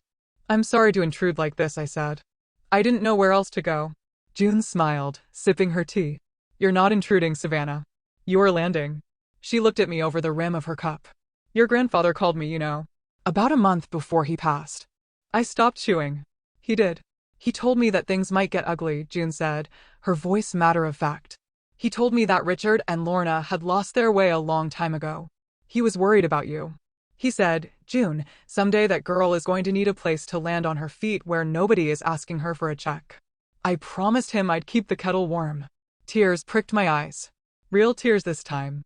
Not the tears of frustration or anger, but the tears of being seen, even from the grave. Edward was taking care of me. He had set up the legal protection with Corin, and he had set up the emotional sanctuary with June. "He knew," I whispered. "He knew you were the strong one," June agreed. "But even the strong ones need a pit stop." She reached out and patted my hand. "You stay here as long as you need. I unplugged the landline so they can't call here. And if Richard comes to the door, I have a cast iron skillet and very little patience for his nonsense." I laughed. It was a rusty, shaky sound, but it was a laugh. I looked at my phone, which was still vibrating on the table. Another text from Belle. Another email from Richard. Another missed call from Lorna. I picked it up. "Are you going to answer that?" June asked. "No," I said. I pressed the power button on the side of the phone and held it down. The screen went black. The vibration stopped. I placed the phone face down on the table. For years, I had thought silence was something that happened to me. I thought it was the result of being ignored, of being spoken over, of being erased. But as I sat there in June's sunlit kitchen, with the taste of blueberries in my mouth and the knowledge that a subpoena was currently making its way to the Gilded Oak, I realized I had been wrong. Silence was not passive. Silence was a weapon. Silence was the wall they were going to crash against. "I'm done listening to them," I said to June. "Now they're going to have to listen to me. And the only thing I'm going to say is, checkmate." The key to the entire lock wasn't in a thick legal binder I had seen in Corin's office. It was smaller than a pack of gum. It was a silver metallic USB drive that I was currently holding in the palm of my hand, sitting at Aunt June's kitchen table. The metal was cool against my skin, but the memory attached to it burned with a warmth that defied the years. To understand why I walked out of the Gilded Oak with such absolute certainty, you have to go back to the source. You have to go back to a Tuesday afternoon in late October, 4 years ago. It was the last time I saw Grandfather Edward outside of a hospital room. He had called me to the lake house, not the main house where the family gathered for holidays, but the small, weathered cabin down by the water where he did his real thinking. I remember the light that day. It was that specific, heavy gold of late autumn where the sun sits low and paints everything in shades of amber and rust. The lake was perfectly still, looking less like water and more like a sheet of dark glass. Edward was sitting in his favorite Adirondack chair, wrapped in a thick wool blanket. An oxygen tank sat beside him, hissing rhythmically, a mechanical metronome counting down the time he had left. Corin Vega was there too, sitting on a folding chair, a legal pad balanced on her knee. She looked out of place in her sharp business suit against the backdrop of falling leaves, but her presence told me this was not a casual visit. "Sit down, kiddo," Edward said. His voice was thin, like paper tearing, but his eyes were bright. They were the only part of him that hadn't aged. I sat on the wooden bench facing him. "You look good, Grandpa," I lied. He chuckled, and it turned into a dry cough. "I look like a scarecrow that fell off its post. Let's not waste time with pleasantries. We have work to do." He reached into the pocket of his cardigan and pulled out the silver USB drive. He held it up to the sunlight, twisting it so it caught the glare. "Do you know what this is?" he asked. "A flash drive," I said. "It's an insurance policy," he corrected. "And it's a confession." He handed it to me. I closed my fingers around it. "Last week," Edward said, leaning forward, fighting the constraint of his own lungs, "your parents came to visit me. They brought Belle. They brought a bottle of wine I cannot drink and a box of cigars I cannot smoke." It was a very touching performance. A knot of anxiety tightened in my stomach. What did they want? They wanted to simplify things, Edward said, his lip curling slightly. Richard sat right where you are sitting. He told me that he was worried about the complexity of the estate. He said that probate would be a nightmare for a man in my condition. He suggested, very helpfully, that I transfer the title of the lake house and the voting shares of Hartfield Instruments to him immediately, inter vivos, while I'm still alive. He tried to get you to sign it over before you died? I asked, appalled but not surprised. He did. Edward nodded. He gave a very moving speech. He said, Dad, you know, I only want to protect the family. I need to make sure the children are taken care of. I need to secure their future. Edward paused. He looked at me, and his expression softened into something deeply sorrowful. I listened to him talk for 45 minutes, Savannah. I let him ramble on about legacy and family duty and the burden of property tax. And the whole time I was waiting. I was waiting for one thing. What were you waiting for? I whispered. I was waiting for him to say your name. The wind rustled the dry leaves around us. The sound was like a whisper. He talked about the girls. He talked about the children. But every time I asked for specifics, which child needs what, Richard? He only talked about Belle. He talked about her art, her studio, her delicate nature, her need for a safety net. Edward took a deep, shuddering breath. Not once, in nearly an hour of begging for my money, did your father mention you. You were not a person to him. You were just part of the plural noun he used to justify his greed. I looked down at my hands. I knew I was invisible to them. But hearing it confirmed by the one person who actually saw me was a different kind of pain. I recorded the conversation, Edward said. My head snapped up. You what? This drive contains the audio file, he said, tapping my hand. It's a legal one-party consent state. Corin has verified it. You can hear him promising to take care of everyone while systematically excluding you from every financial plan he proposed. Corin cleared her throat. She shifted in her chair, her face serious. Savannah, the recording is important, but it's just context. The real reason we're here is to explain the trigger mechanism in the trust. Trigger mechanism? I asked. We told you about the no coercion clause, Corin said. We told you that if they pressure you, they lose their beneficiary status. But we didn't tell you where that money goes if they forfeit it. I frowned. I assumed it would just revert to me or stay in the principle of the trust. Edward shook his head. A small, mischievous smile played on his lips. No, that would be too easy. If the money just went to you, they would hate you forever. They would say you stole it. They would spend the rest of their lives suing you, claiming you manipulated the terms for your own gain. So where does it go? I asked. Edward looked out at the lake. If Richard, Lorna, or Belle violate the no coercion clause, if they try to force your hand and trigger the forfeiture, their share of the estate does not go to you. It leaves the family entirely. He turned back to me. It automatically transfers to a dormant charitable entity I established last month, the Edward Hart Science Scholarship Fund. My mouth fell open. You are giving it to charity, Corin clarified, reading from her notes. Specifically, the funds will be used to provide full-ride scholarships for female students pursuing degrees in data science and engineering who come from low-income backgrounds and lack family support. I stared at them. The brilliance of it was terrifying. Do you see? Edward asked softly. If they attack you, they don't just lose the money.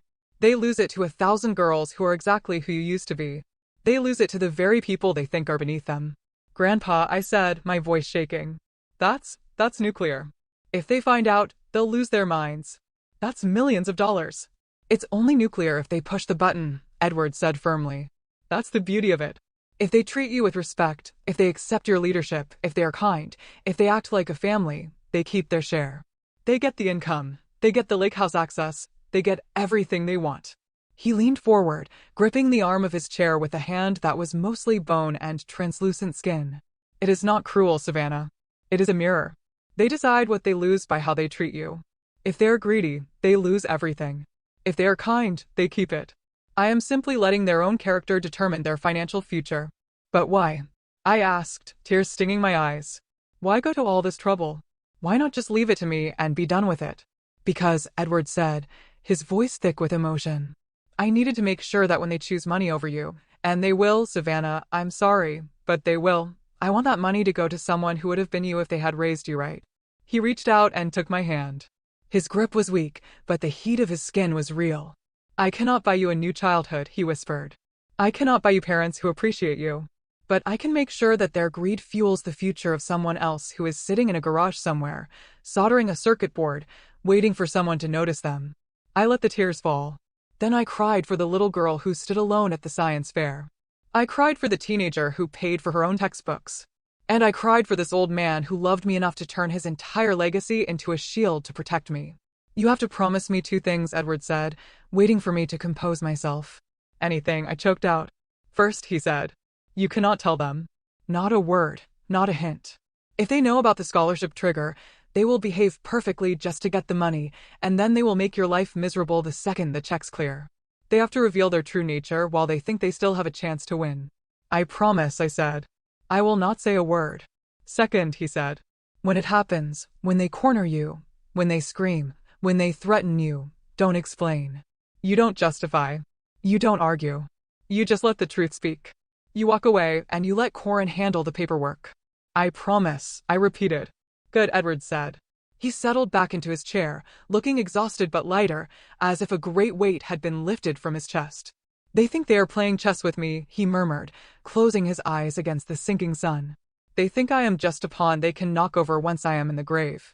They forgot that I taught you how to see the whole board. They forgot that the most dangerous piece in the game is the one they never bothered to guard. He opened his eyes one last time and looked at me. You are the queen on this board, Savannah. Never let them treat you like a pawn. That was the last real conversation we had. A week later, he went into the hospital. 2 weeks after that, he was gone. Now, sitting in Aunt June's kitchen, I plugged the silver USB drive into my laptop. The computer chimed as it recognized the device. I opened the folder. There were 3 files. 1. Trust Amendment Final.pdf. 2. Scholarship Bylaws.pdf. 3. Richard Visit Audio.mp3. I put my headphones on. I hesitated for a second, my finger hovering over the play button on the audio file. I didn't need to hear it to know it was true. I had lived the truth of their neglect my whole life. But I clicked play anyway. There was a hiss of static, and then the sound of chairs scraping against a wooden floor. Dad, you're looking tired. Richard's voice came through the headphones, smooth and fake. We just want to help lift the burden. We're so worried about the estate. Lorna's voice added, we just want to make sure the girls are safe. Which girls? Edward's voice rasped on the recording. You know, Richard said quickly. Belle. And everyone. But Belle, she's so fragile, Dad. She needs the security. I listened to the silence that followed on the tape. The silence where my name should have been. Then I heard Edward's voice again, strong and clear from 4 years ago. I will take it under advisement. I stopped the recording. I took the headphones off. I looked at the morning sun streaming onto June's kitchen table. I didn't feel sad anymore. I felt steel in my spine. My father had burned my diploma because he thought it was the only thing giving me value. He thought he could strip me of my worth by destroying a piece of paper. He had no idea that by trying to steal my inheritance, he had just donated his entire fortune to 1,000 girls who were exactly like me. He hadn't just disinherited himself. He had become the biggest, unwitting philanthropist in the history of the state. I closed the laptop. I picked up my cold coffee and took a sip. Check, I whispered to the empty room. Your move, Dad. The sky over Harborview was an insultingly bright shade of blue. It was the kind of Tuesday morning that belonged on a postcard, with the Pacific Ocean glittering like crushed diamonds and the seagulls tracing lazy white arcs against the horizon. It felt wrong. The weather should have been gray. It should have been raining. The atmosphere should have matched the funeral procession that was currently marching toward the glass doors of Vega and Associates. I arrived 15 minutes early. I parked my car, a reliable 4-year-old sedan that Richard had once called embarrassingly sensible, between a black Porsche and a silver Mercedes. I checked my reflection in the rearview mirror. I wasn't wearing the navy dress from the dinner. Today, I was wearing a charcoal gray blazer and a white silk blouse. It was an outfit that said, I am not here to be scolded. I am here to do business. I took the elevator up to the 4th floor. The office of Vega and Associates was a study in intimidation through minimalism. The waiting area had no magazines, no television, and no soft music. It was just polished concrete floors, abstract art that looked like bruised fruit, and a wall of glass that offered a panoramic view of the harbor. It was a place where serious money was managed and where frivolous people were usually asked to leave. Corin Vega was waiting for me in the main conference room. Good morning, Savannah, she said. She didn't hug me. She didn't offer me a pitying smile. She shook my hand firmly, her grip communicating a professional solidarity that was worth more than 1,000 hugs. "Good morning, Corin," I said. "Are we ready?" "We are," she replied. She gestured to the table. It was a long slab of reclaimed walnut, polished to a mirror shine. At the head of the table sat Corin's chair. To her immediate right, she had placed a chair for me. This seating arrangement was deliberate. In every family meeting we had ever had, with school principals, with guidance counselors, with real estate agents, I had always been placed opposite my parents. I was the defendant. They were in front of me. Corin had placed a notepad and a glass of water. In front of her was a thick stack of manila folders and her laptop. The laptop was open, but the screen was facing her. I knew what was queued up on the media player. I knew what was waiting on the encrypted drive. There in the lobby, the receptionist's voice came over the intercom. "Mr. and Mrs. Hayes and Ms. Belle Hayes." "Send them in," Corin said. She didn't stand up. The heavy glass door swung open. Richard entered first. He was wearing a navy suit that cost more than my first year of college tuition. He walked with the broad, chest-forward stride of a man accustomed to owning every room he steps into. He looked around the office, assessing the square footage, calculating the lease price, dismissing the decor. Lorna followed him, her heels clicking sharply on the concrete. She was wearing a cream-colored cashmere cardigan and oversized sunglasses, which she removed with a theatrical sigh as she entered the room, looking around nervously, her eyes darting to the corners, scanning for allies, scanning for threats. Belle trailed in, splattered jeans that were designer-made to look dirty and a loose linen top. She was typing furiously on her phone, not even looking up as she walked through the door. "Good morning," Richard announced. His voice was too loud for the acoustic space. He walked toward the head of the table, expecting Corin to stand and greet him. She didn't move. She simply gestured to the 3 chairs on the opposite side of the table. "Please have a seat," Corin said. Richard blinked, his rhythm disrupted. He looked at me. For a second, his eyes narrowed. He saw where I was sitting. He saw the alignment. A flicker of annoyance crossed his face, but he smoothed it over instantly. He pulled out the center chair and sat down. Lorna took the seat to his left. Belle fell into the chair on his right, finally looking up from her screen. "Can we make this quick?" Belle asked, blowing a strand of hair out of her eyes. "I have a Zoom call at 2 with the interior designer for the studio build-out. We need to finalize the lighting fixtures for the loft, and if I miss the window, the shipping from Italy gets delayed by 6 weeks. She said this with total confidence. She was speaking about a property she did not own, paid for with money she had not received, based on a legal assumption that was about to evaporate. "We will take as much time as is necessary," Corin said. Her voice was cool, like the surface of the table. Richard cleared his throat. He placed his hands on the table, clasping them together. He turned his charm on, the high-wattage smile he used on investors. "Miss Vega," he began. "I know we are technically here for a formal reading, but I think we can all agree that we can expedite the process. There was a bit of a misunderstanding at dinner last week." He glanced at me, his smile tightening just a fraction. "My daughter and I had a passionate disagreement," he continued. Emotions were high. It was a stressful week. We have all had time to cool off. I am sure Savannah realizes that her reaction was a bit dramatic. I did not blink. I sat perfectly still, my hands resting in my lap. I did not defend myself. I did not correct him. I let his words hang in the air, testifying to his own arrogance. Lorna chimed in, leaning forward. She put on her soft, maternal voice, the one she used when she wanted to manipulate a teacher into changing a grade. "Exactly. We just want to put that ugly night behind us. We are a family. We love Savannah. We don't want to burden her with the complexities of managing a company like Hartfield Instruments. It's too much for a young girl with a full-time job." She looked at me, her eyes pleading. "Savannah, honey, we just want to help you. If you just sign a limited power of attorney today, Daddy can handle all the boring legal stuff for the estate. You can just enjoy your life. You can go back to your data analysis and not worry about lawyers and taxes. Doesn't that sound better?" "I am quite comfortable with lawyers," I said. My voice was calm. Richard let out a short, dismissive laugh. "Savannah, please let us be adults here. You know nothing about corporate law.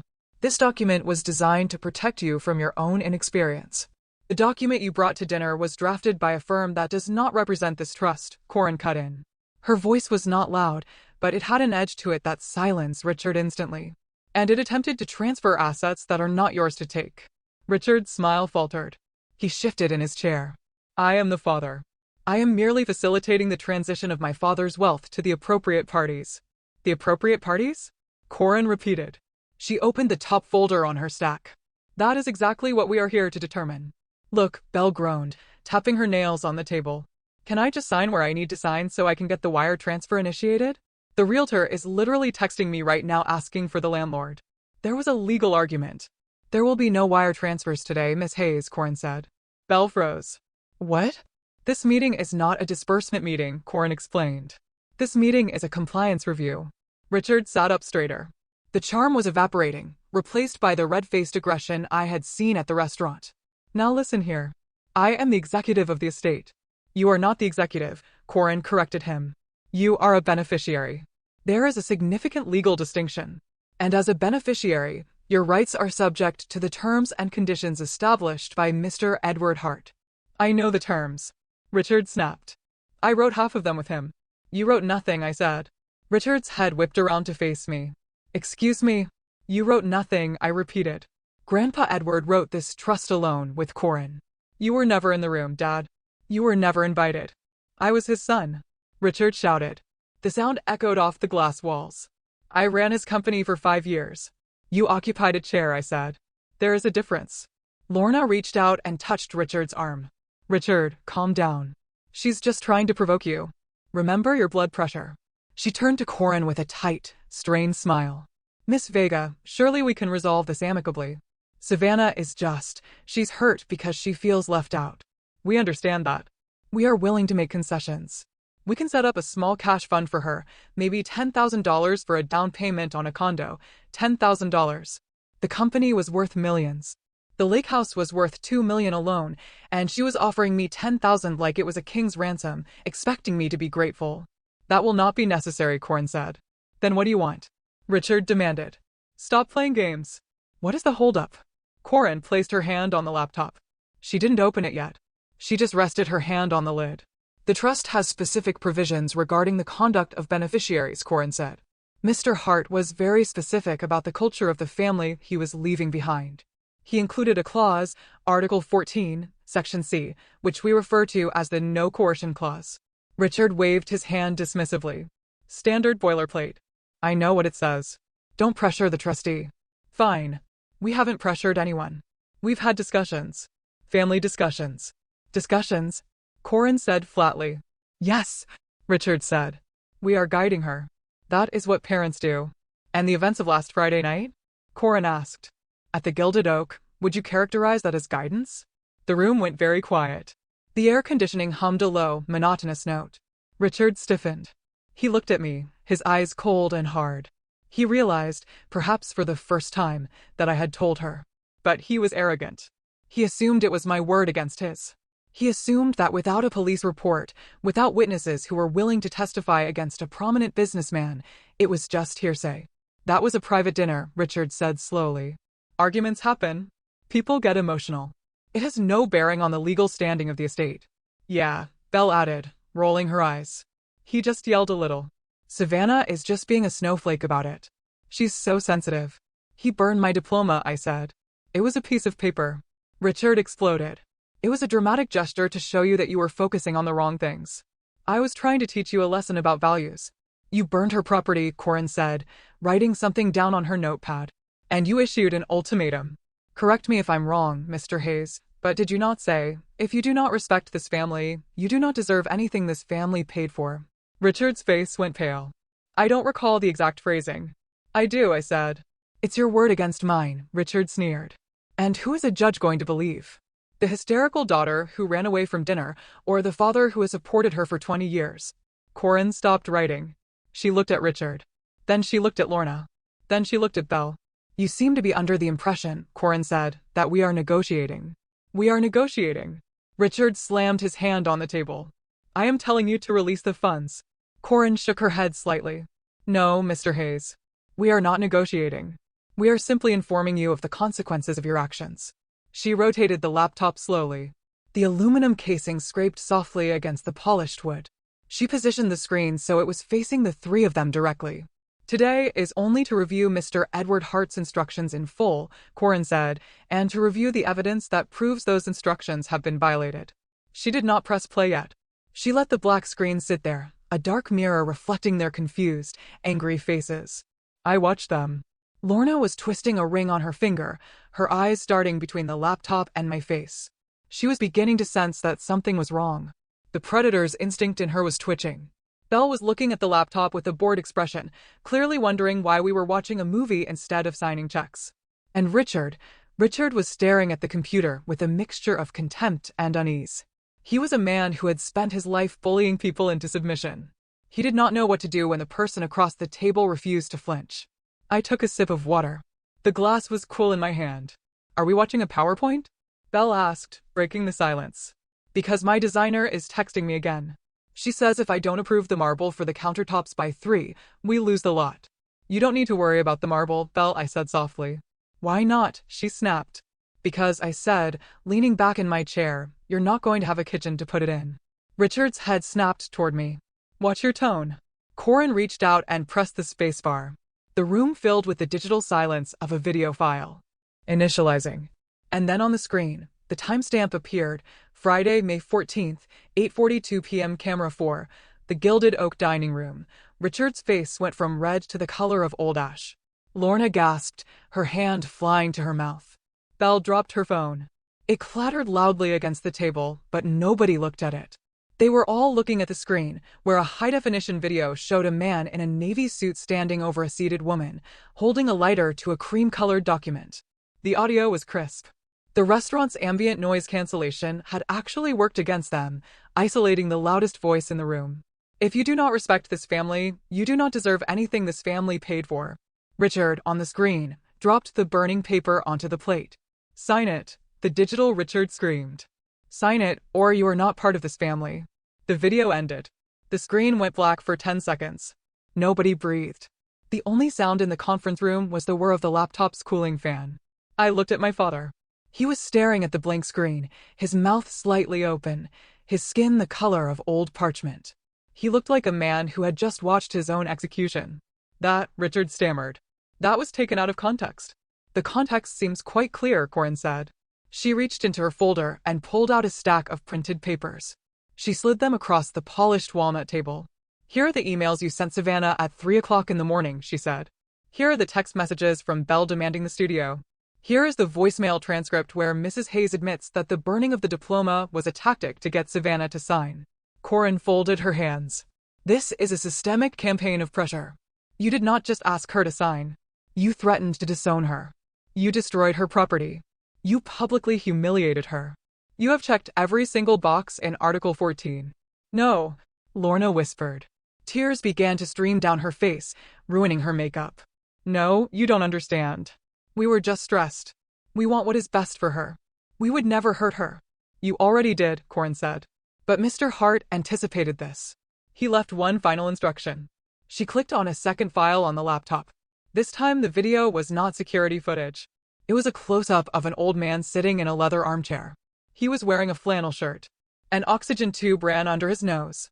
He looked tired, but his eyes were sharp, the same gray steel as mine. Grandpa, Belle whispered. Edward leaned toward the camera. Hello, Richard. Hello, Lorna, Edward said. His voice filled the room, raspy and warm, like a ghost invited to the table. If you are watching this, it means you did it. It means you pushed her. It means you chose the money over Savannah, just like I was afraid you would. Richard flinched as if he had been slapped. I knew you would try to take it from her, Edward continued. You think leadership is about control? You think wealth is about status? That is why I could not leave the company to you. You would have gutted it for parts to buy shiny things. Edward paused to cough, and the sound was painful to hear. I felt a lump rise in my throat. I chose Savannah, he said, looking straight into the lens, because she knows what it feels like to be left out. She knows what it is like to sit at a table and be ignored. Because she knows that pain, she won't inflict it lightly on anyone else. She has a conscience. You have an appetite. He leaned back. If you are seeing this, you have tried to bully her. And, because of that, you have proven that you do not deserve the legacy I built. So, I am taking it away. Not to give to Savannah. She doesn't need my money to be great. But to give to people who actually need a chance. The video, Edward smiled. It was a sad, knowing smile. You thought you were playing chess with me. You forgot I taught her how to see the whole board. Goodbye, son. The video cut to black. No, Belle shrieked. It was a raw, ugly sound. She stood up, knocking her chair over. You can't do this. My studio. I promised them the money. I already hired the contractors. She burst into tears, burying her face in her hands. She wasn't crying for her grandfather. She wasn't crying for the rift in the family. She was crying because the check had bounced. Richard slammed his fist onto the table. This is fraud, he roared, pointing a shaking finger at Corin. You manipulated a dying man. You poisoned him against his own family. I will have you disbarred. I will sue this firm into the ground. Lorna reached across the table, grabbing for my hand. I pulled it back. Savannah, please, she begged, her eyes wide and desperate. You can fix this. You are the trustee. You can override the clause. Just tell them it was a mistake. Tell them we didn't mean it. We are your family. We only want the best for both of you. I looked at them. I looked at the father who burned my name. I looked at the mother who enabled him. I looked at the sister who only saw me as an ATM. I stood up. The motion was simple, but it commanded the room. I placed my hand gently on the leather binder that held the trust. You burned my diploma, I said. My voice was quiet, steady, and cold. You burned it to prove you could still control me. You burned it to show me that my achievements meant nothing compared to your authority. I looked Richard in the eye. He was breathing hard, sweat beading on his forehead. All you proved, I said, is that Grandpa was right not to trust you with anything that cannot grow back. Savannah, I am warning you. Richard snarled. No, I cut him off. I am warning you. I am the sole trustee of Hartfield Instruments. I am going to manage that company according to Edward's values. I am going to fund that scholarship. Every single dollar that was supposed to go to your lake house parties and your gallery openings is now going to pay for the education of girls who actually study. I will sue you. Richard screamed.